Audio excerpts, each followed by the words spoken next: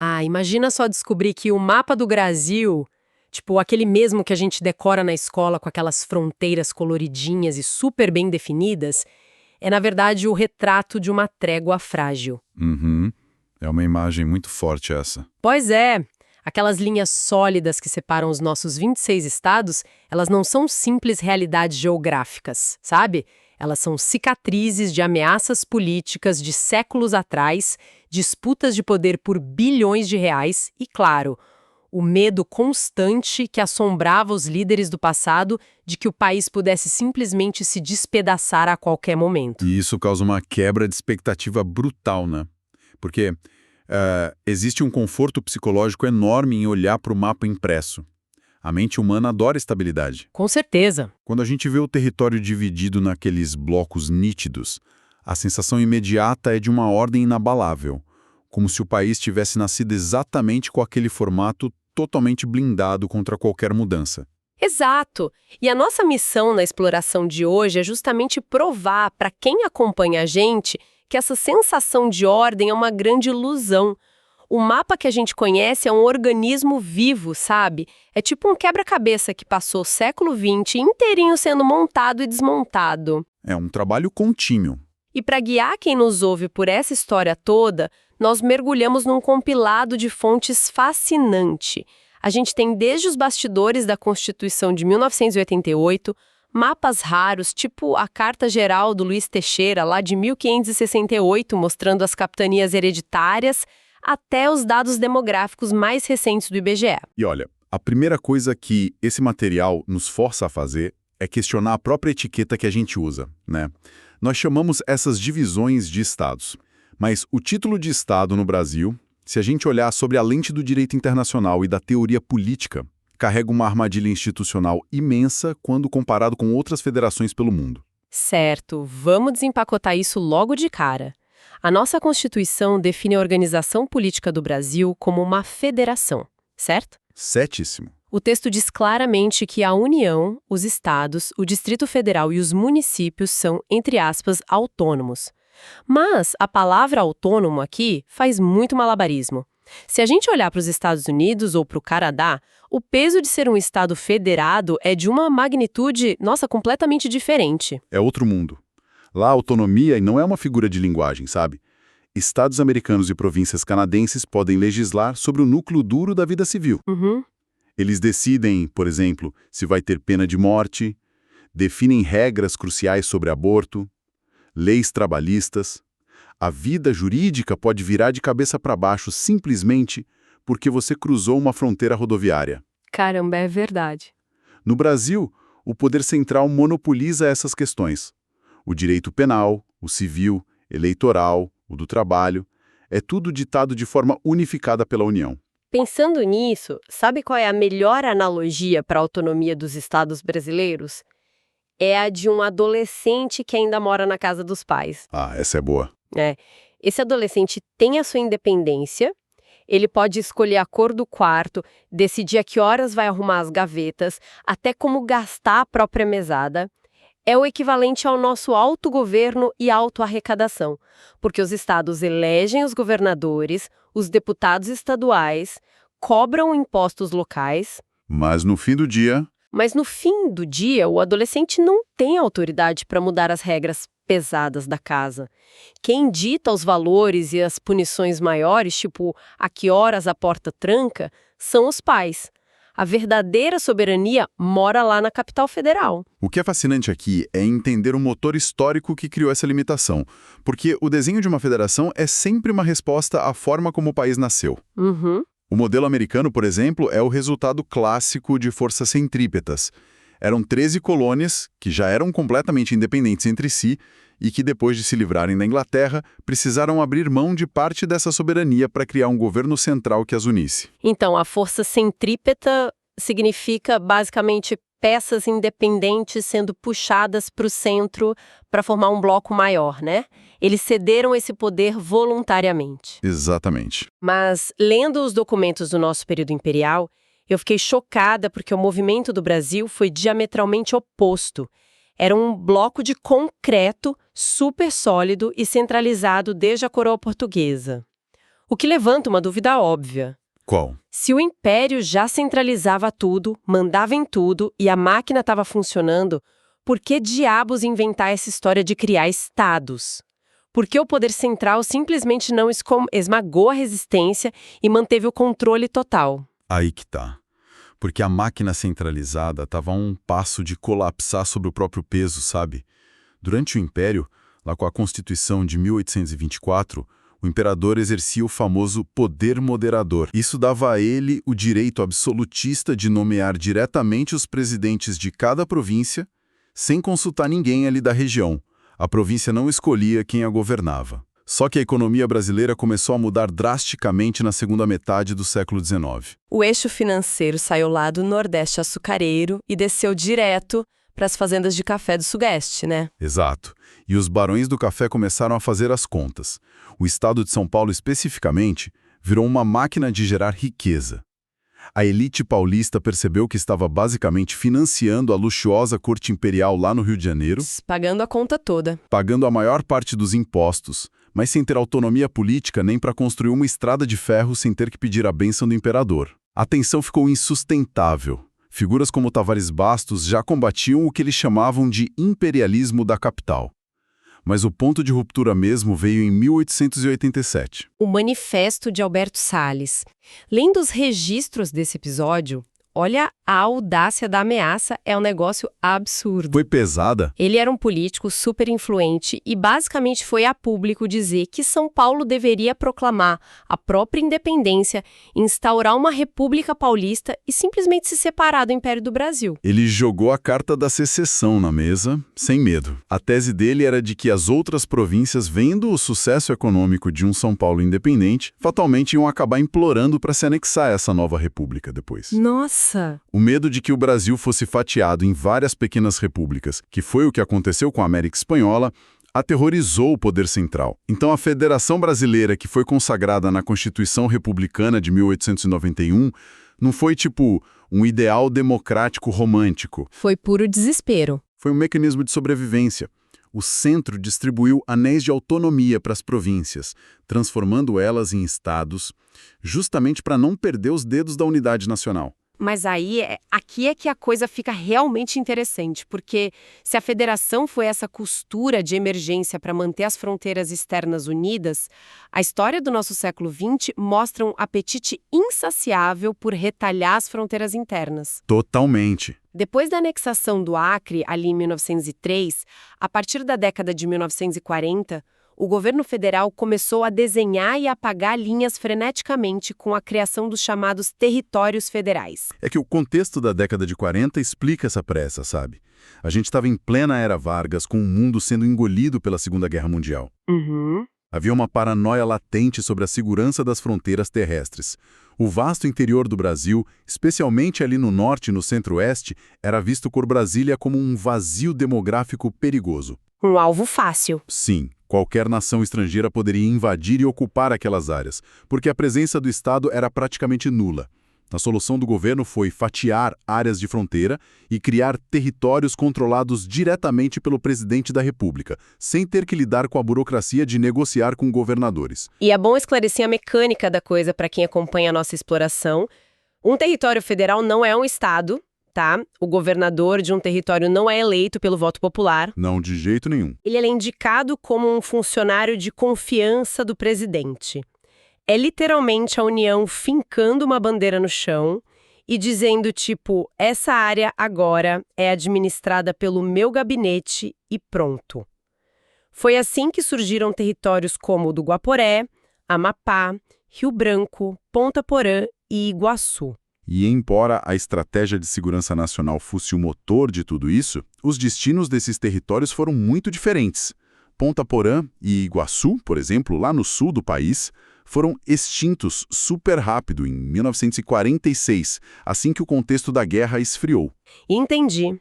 Mas outros precisaram de décadas de investimento em infraestrutura e povoamento para finalmente ganharem a, digamos, maioridade política. O território do Guaporé virou o território federal de Rondônia em 1956. Nossa, levou tempo. Muito tempo. E só em 1981 é que conseguiu gerar arrecadação e estruturas suficientes para ser elevado à categoria de estado. O mesmo aconteceu com o território do Rio Branco, que virou o atual estado de Roraima. E a tesoura do redesenho territorial não parou por aí, não. As fusões também alteraram a vida de milhões de pessoas da noite para o dia. Pensa só, quando a capital do país foi transferida para Brasília em 1960, a cidade do Rio de Janeiro subitamente se viu órfã e foi transformada no peculiar estado da Guanabara. Uma verdadeira cidade-estado. Exato, uma cidade-estado. Aí, 14 anos depois, o governo militar forçou a fusão da Guanabara com o antigo estado do Rio de Janeiro. E, claro, teve o terremoto geográfico de 1988, quando a nova Constituição dividiu o colossal estado de Goiás bem no meio para criar o Tocantins. E os projetos de corte não terminaram com a redemocratização. As regras atuais ainda permitem que estados sejam divididos ou fundidos, só que agora exigem um processo bem mais rigoroso. A população da área afetada precisa obrigatoriamente aprovar a ideia através de um plebiscito.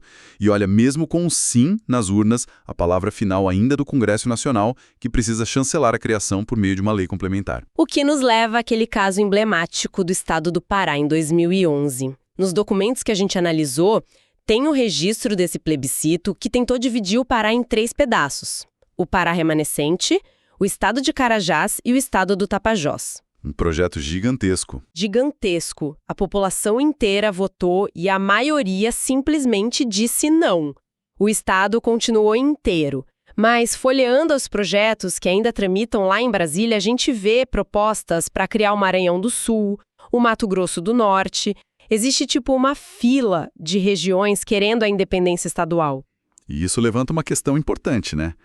Esse desejo constante de emancipação expõe uma fratura estrutural na administração pública brasileira e gera um debate super intenso que a gente precisa olhar com total neutralidade e vem dos dois lados. Sim, claro. De um lado, quem defende a divisão afirma que administrar estados gigantescos com uma única capital é humanamente impossível.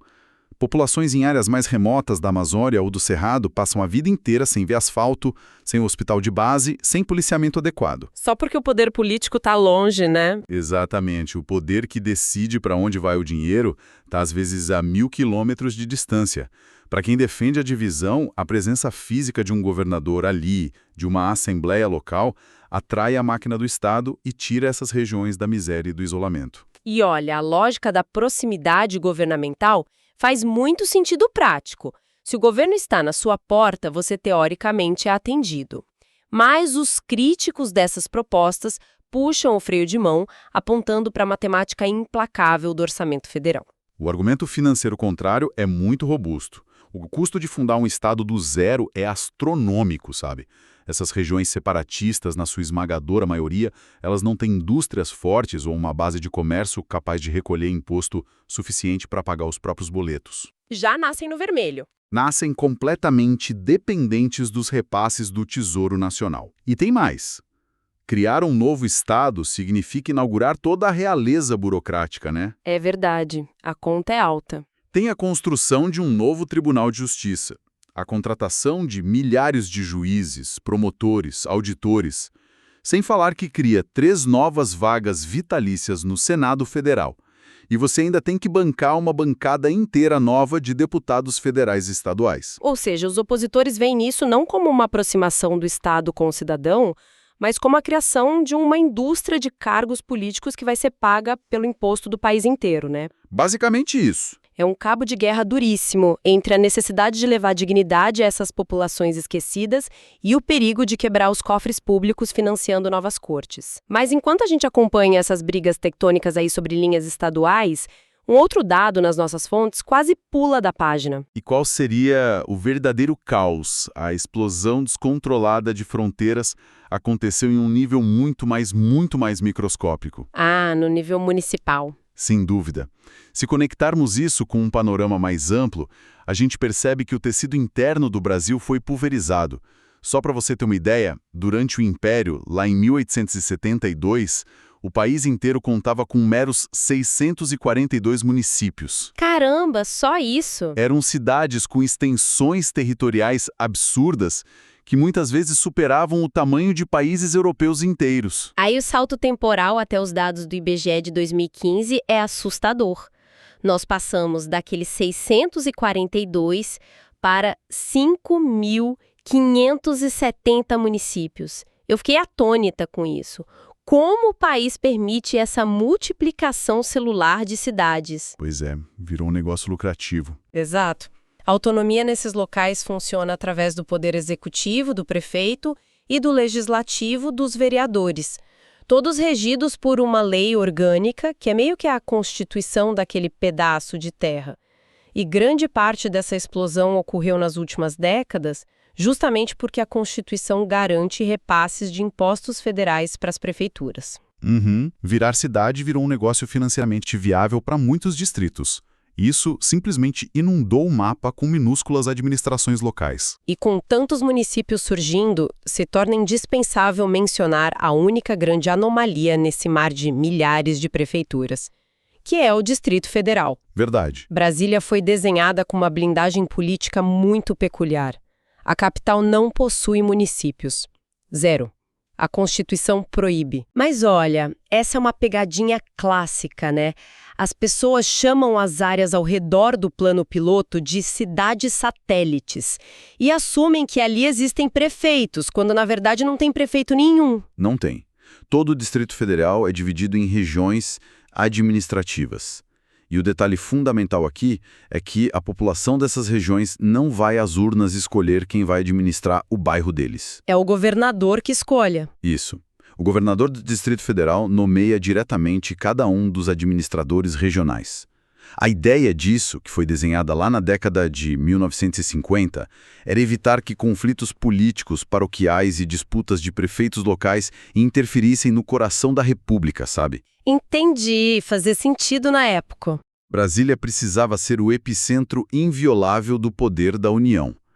E monumentos físicos, tipo os candangos do Bruno Giorgi ou aquela arquitetura super rigorosa da Praça dos Três Poderes, foram erguidos justamente para reforçar essa mensagem visual de controle unificado. Mas atenção, se a explosão de mais de 5.500 municípios parece criar um cenário onde o brasileiro está super espalhado, os dados do IBGE revelam um cenário oposto que me deixou de boca aberta. Conta aí. De acordo com as estatísticas, o Brasil já superou a marca de 202 milhões de habitantes.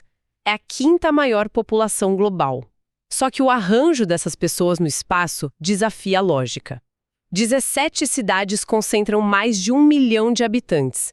São Paulo, por exemplo, é um Leviatã com mais de 10 milhões. Gigante. Mas o choque real vem agora. Metade de toda a população brasileira vive espremida nas 200 maiores cidades. A gravidade desse número precisa ser digerida com calma por quem nos ouve.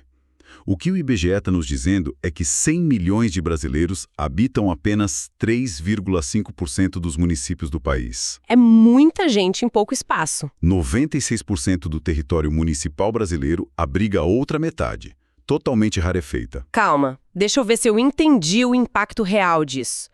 Quer dizer, que se a gente pegar o mapa das 5.500 prefeituras, nós podemos descartar quase todas elas, porque metade do peso humano, do consumo, da demanda por energia e esgoto, está tudo empilhado em um fragmento minúsculo de terra. Exato. Isso não quebra completamente a ideia de que um governo de estado tradicional consegue gerenciar as coisas? Porque como você administra o trânsito ou a segurança de uma massa de milhões de pessoas que acorda na cidade A, atravessa a cidade B para trabalhar e volta para dormir na cidade C? Você tocou no ponto crítico agora.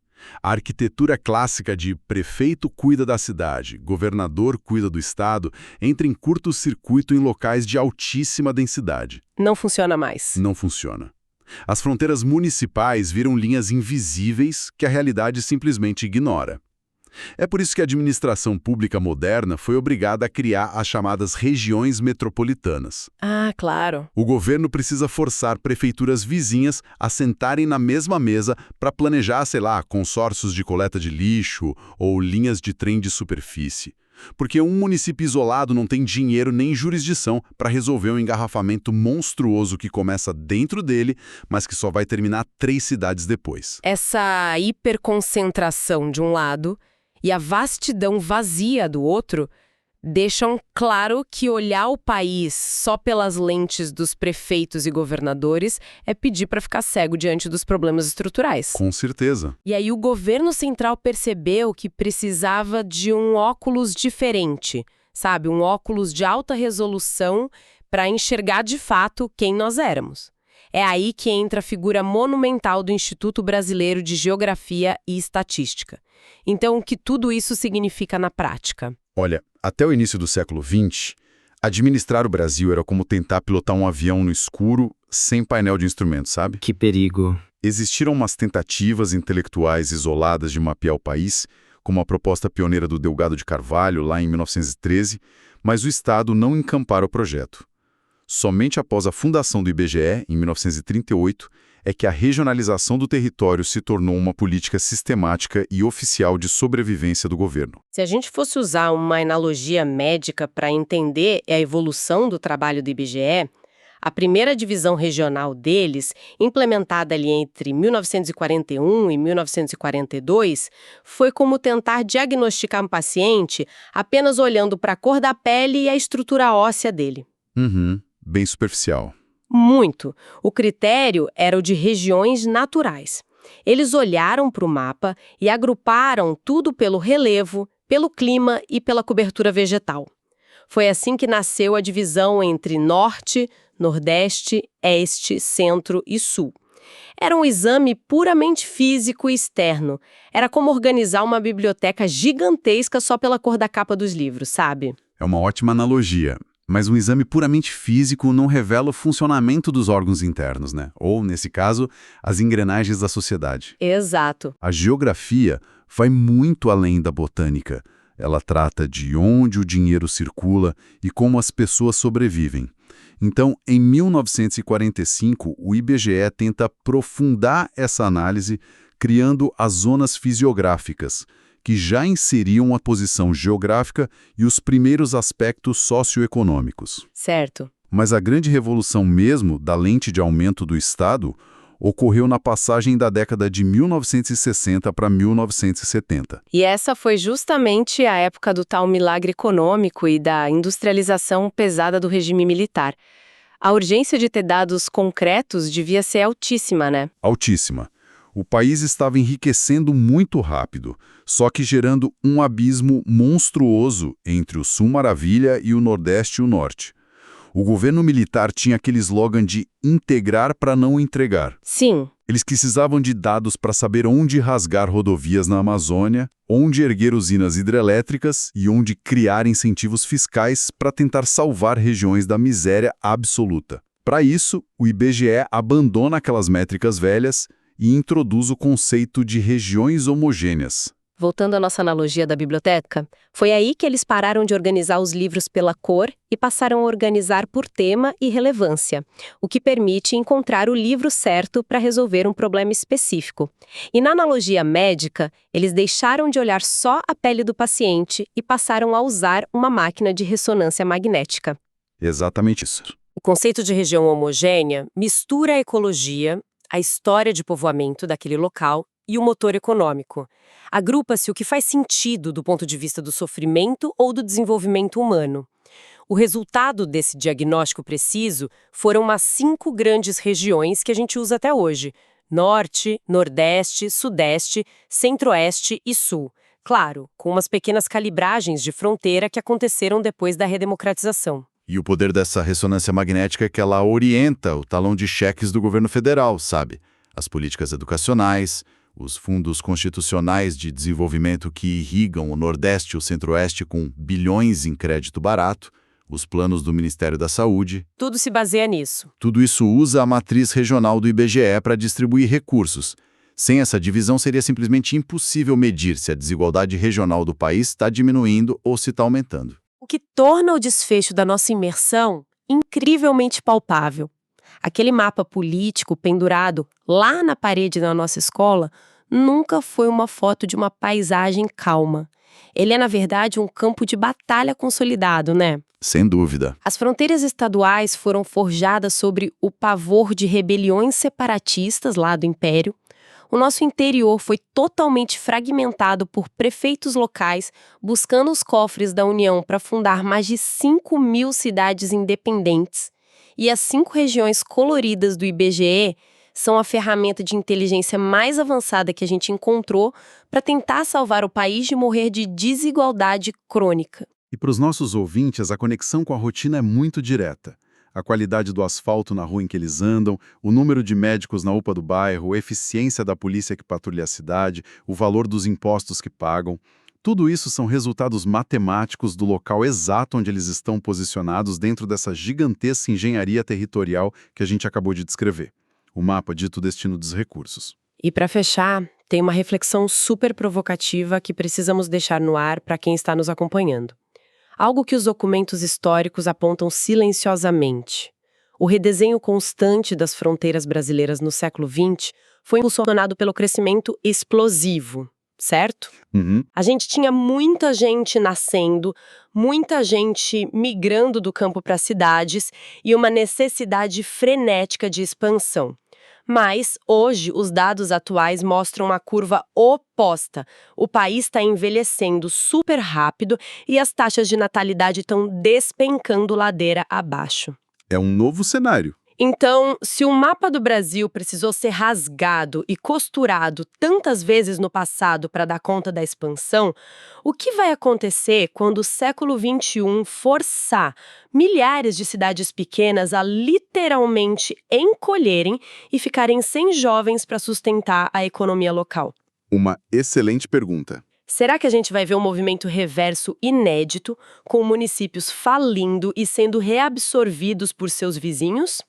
Fica o convite para que continuem observando essas linhas imaginárias que controlam a nossa existência, porque, como deixamos claro desde o começo da exploração, o quebra-cabeça do mapa brasileiro ainda está bem longe de ser finalizado.